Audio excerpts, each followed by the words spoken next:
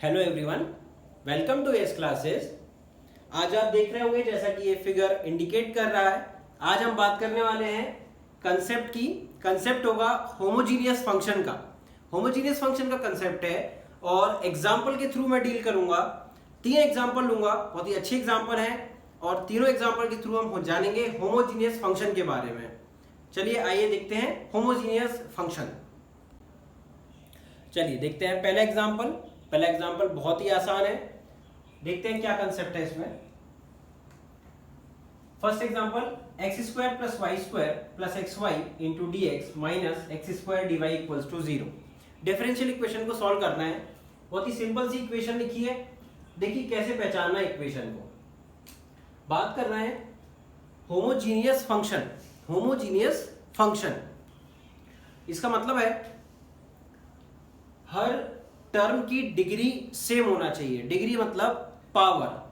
ठीक, देखिए कैसे। एक्स स्क्वायर यानी degree 2, Y square degree 2, X into Y, ये जो टर्म है इसका एक्स एक पावर, वाई का भी पावर, ऐसे ओवरऑल पावर 2, देन फिर एक्स टू द पावर 2। तो जब भी सारे टर्म की डिग्री सेम होगी उस क्वेश्चन में जो फंक्शन होते हैं उन्हें बोलते हैं होमोजीनियस फंक्शन। एक डेफिनेशन और है, मैं वो भी बताऊंगा आपको।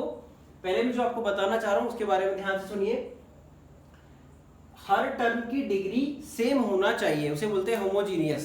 ठीक है, तो अब देखिए इसको सॉल्व कैसे करेंगे। तो आपको करना क्या है, सबसे पहले अगर यहां से dy और dx को हम सेपरेट कर पाए, देखिए कैसे। X square plus Y square plus x Y D X equals to, इसको मैं राइट साइड ले जाता हूं, एक्स स्क्वायर डी वाई। ठीक है, एक्स स्क्वायर डी वाई। अब next step, X square plus Y square plus x Y. X square को मैं लेफ्ट साइड शिफ्ट करता हूं, एक्स स्क्वायर को मैंने लेफ्ट साइड शिफ्ट किया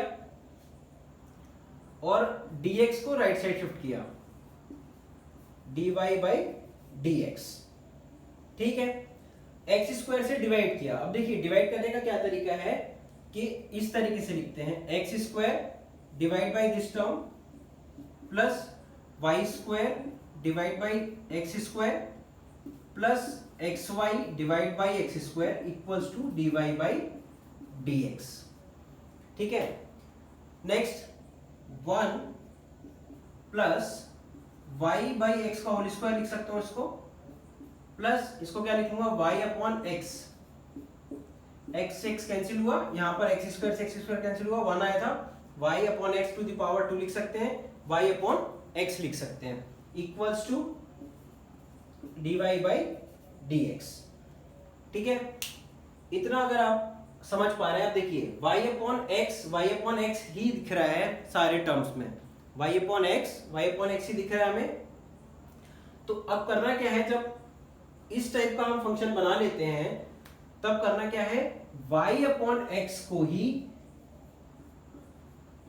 कुछ एज्यूम कर लेना है। मैं यहां पर v एज्यूम कर ले रहा हूं, y अपॉन एक्स को v एज्यूम कर लिया।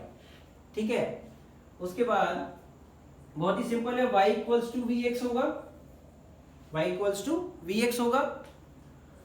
इस इक्वेशन को डिफरेंशिएट करना है, differentiate with respect to x। x के रेस्पेक्ट में डिफरेंशिएट करना है, क्योंकि मुझे क्या दिया था, y बाई एक्स यानी dy बाई dx दिया था, यानी x के रेस्पेक्ट में ही इक्वेशन थी। तो जो भी डिफरेंशिएशन यहां करूंगा x के रेस्पेक्ट में ही करना है। डिफरेंशिएट करेंगे इसको, तो देखते हैं आगे इसमें।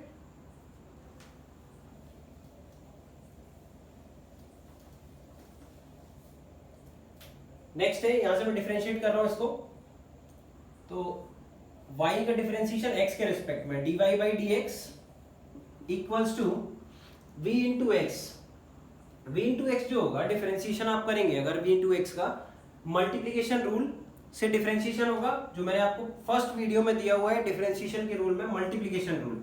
तो अगर मैं x पहले x का करते हैं, v as it is, x का डिफरेंशिएशन x के रेस्पेक्ट में 1 आएगा, तो v into 1 plus x as it is, v का differentiation dv by dx, with respect to x कर रहे हैं dv बाई dx लिखेंगे, ठीक है। अब देखिए dy by dx equals to, ये क्या आया, v plus x dv by dx, simple.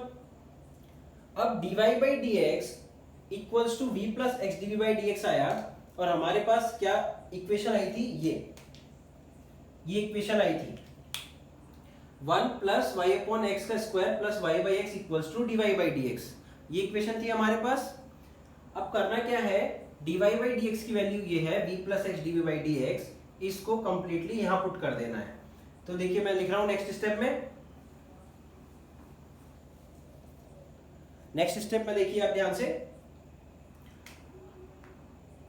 1 plus y upon x क्या एज्यूम किया, v स्क्वायर प्लस v, ये भी हो जाएगा y upon x equals to dy by dx, क्या है हमारा ये v plus x dv by dx, v plus x dv by dx। Completely देखिए एक बार, 1 एज इट इज था, y अपॉन x को v एज्यूम किया था, v square plus v equals to this term dy by dx क्या था, v plus x dv by dx, ये मैंने लिखा, ठीक है। इसके बाद सिंपली v से v कैंसिल हुआ, 1 plus v square equals to x dv by dx आया, ठीक है, ये आया। अभी सॉल्व नहीं हुआ है, अभी सॉल्व नहीं हुआ है, अभी बस एक सिंप्लीफाइड फॉर्म में आया है। नेक्स्ट स्टेप देखते हैं, नेक्स्ट क्या है, अब देखिए नेक्स्ट स्टेप देखिए।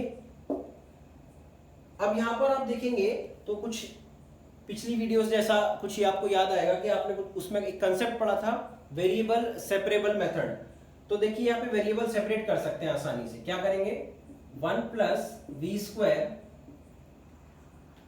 1 प्लस वी स्क्वायर और इक्वल्स टू क्या लिखा है, एक्स डीवी बाई dx। तो देखिए dx को अलग कर रहा हूं और v और dv को अलग कर रहा हूं। तो देखिए कैसे, dx को लेफ्ट साइड लेता हूं और x डिनोमिनेटर में, dv as it is 1 upon v square right side, simple. अब देखिए x dx टर्म सारे जितने थे एक साइड आ गए, v और dv टर्म एक साथ लिख दिए मैंने।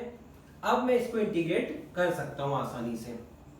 तो इंटीग्रेशन के लिए फिर वही फॉर्मूले की जरूरत पड़ने वाली है, तो वही आप फर्स्ट सेकंड वीडियो आसानी से पहले भी देख लिया होगा, तो आप वहां से यूज कर सकते हैं। तो dx अपॉन x का जो इंटीग्रेशन है, ये integration plus c, dx upon x का इंटीग्रेशन आपको पता होगा ln x, ln का मीनिंग भी आप जानते हैं, क्वेश्चन में डिस्कस किया था एग्जांपल, ln का मीनिंग आप जानते हैं log with base e, ln x equals to dv upon 1 plus v square. आपको पता है dx upon 1 plus x square का इंटीग्रेशन क्या लिखते हैं, tan इनवर्स x। तो यहां क्या आएगा, tan inverse v plus c। अब देखिए ln x equals to tan inverse v is nothing but y by x, जो पहले हमने एज्यूम किया था, वापस रख देंगे और ये सिंपली, तो ये है फाइनल आंसर मेरे पास, ठीक है। मतलब क्या हुआ आपको कि होमोजीनियस फंक्शन का कंसेप्ट कैसे आया कि हर टर्म की डिग्री सेम होनी चाहिए। तो जब भी ऐसा होगा उसको बोलेंगे होमोजीनिटी, और उसके बाद क्या बताना है कि y अपॉन एक्स का टर्म या x अपॉन वाई का टर्म आएगा। एक एग्जांपल और लूंगा, y अपॉन एक्स बनेगा या x अपॉन वाई बनेगा। तो y अपॉन एक्स बना, मैंने उसको v एज्यूम कर लिया, और उसके बाद y इक्वल्स टू vx आया, यहाँ से डिफरेंशिएट किया। तो यही की पॉइंट है, इसका की पॉइंट क्या है, देखिए यही की पॉइंट है। अगर आप ये जनरेट कर पाते हैं, y अपॉन एक्स का टर्म जनरेट कर पाते हैं इक्वेशन से, जरा सा सिंप्लीफिकेशन है, कोई ज्यादा खास नहीं है, तो आप आसानी से डिफरेंशिएट करके और फिर फर्दर सॉल्व करेंगे। और यहाँ पर हमारा पुराना इंटीग्रेशन फॉर्मूला है और एक कंसेप्ट था वेरिएबल सेपरेबल मेथड, तो वो यूज होगा यहाँ पे। तो आप अच्छे से उन एग्जांपल्स को करें पहले जो वेरिएबल सेपरेबल के थे, तो आपको ये भी बहुत अच्छे से समझ आ जाएगा। आइए बात करते हैं सेकंड एग्जांपल की। तो सेकंड एग्जांपल है x dy by dx minus y cos of y by x plus x equals to 0। अब देखिए सबसे पहले क्या है, क्वेश्चन को देख के समझ ही नहीं आता है स्टार्ट कैसे करना है। तो स्टार्ट कैसे करना है, स्टार्ट का जो हिंट है वो ये है, y अपॉन एक्स। अगर y अपॉन एक्स यहाँ दिख रहा है तो इसका मतलब ये है कि अगर किसी तरीके से मैं इस क्वेश्चन में y अपॉन एक्स जनरेट कर लूं तो मैं y अपॉन एक्स को v पुट करके और आगे फर्दर सॉल्व कर सकता हूं। ये हुआ हिंट कि क्वेश्चन को देख के सॉल्व कैसे करना है। और भी मेथड हो सकते हैं इस क्वेश्चन के, जरूरी नहीं है एक ही मेथड हो, और भी मेथड हो सकते हैं। जैसे जैसे हम आगे फर्दर प्रोसीड करेंगे मैं बताते जाऊंगा, एक क्वेश्चन के एक से ज्यादा मेथड भी हो सकते हैं। तो बात करते हैं पहले इसकी। y अपॉन एक्स हिंट है तो कोशिश करते हैं कैसे आएगा y अपॉन एक्स। देखिए मैं बताता हूं, अगर x से हम डिवाइड कर दे सारी इक्वेशन को, ठीक है, डिवाइड बाय x से मैं डिवाइड कर रहा हूं इक्वेशन को, सारी इक्वेशन को डिवाइड किया, मतलब क्या हुआ, x divide by d x minus y cos y by x plus x equals to 0। ये मेरी इक्वेशन थी और मैं x से डिवाइड कर रहा हूं, मतलब हर टर्म को x से डिवाइड किया। यहां नहीं है क्योंकि ये तो मल्टीप्लाई में है ना दोनों टर्म, इनमें कैसे हो जाएगा x से मल्टीप्लाई। तो ये x से मल्टीप्लाई हुआ तो क्या आया फर्दर मेरे पास, x dy by d x minus y upon x. देखिए x से x कैंसिल हुआ, यहाँ x नहीं आएगा, dy by d x minus y upon x into cos of y upon x, ये इंटू में था, cos of y upon x plus 1 equals to 0। अब कुछ दिख रहा है, y अपॉन एक्स में चाह रहा था और ये बन गया, ठीक है। अगर बन गया तो करना क्या है, नेक्स्ट स्टेप, जैसे ही y अपॉन एक्स बन जाए बस कुछ नहीं सोचना है, y अपॉन एक्स को v पुट कर देना है, y अपॉन एक्स को v पुट कर देना है। और इसके बाद अगर आपने फर्स्ट एग्जांपल देखा अच्छे से तो y अपॉन एक्स को v पुट करने के बाद y इक्वल्स टू vx लिखना है। y इक्वल्स टू vx के बाद क्या करना है, यहां लिखता हूं मैं, स्पेस थोड़ा कम है, डिफरेंशिएट करना है। तो डिफरेंशिएट करूंगा तो क्या आएगा, dy बाई dx जो आता है वो क्या आता है, v plus x dv by dx, ठीक है, dy बाई dx आया, v plus x dv by dx। तो सिंपल सी बात है, करना क्या है, dy बाई dx की जगह पे v plus x dv by dx लिख देना है, बस जो हमने पहले किया था फर्स्ट एग्जांपल में।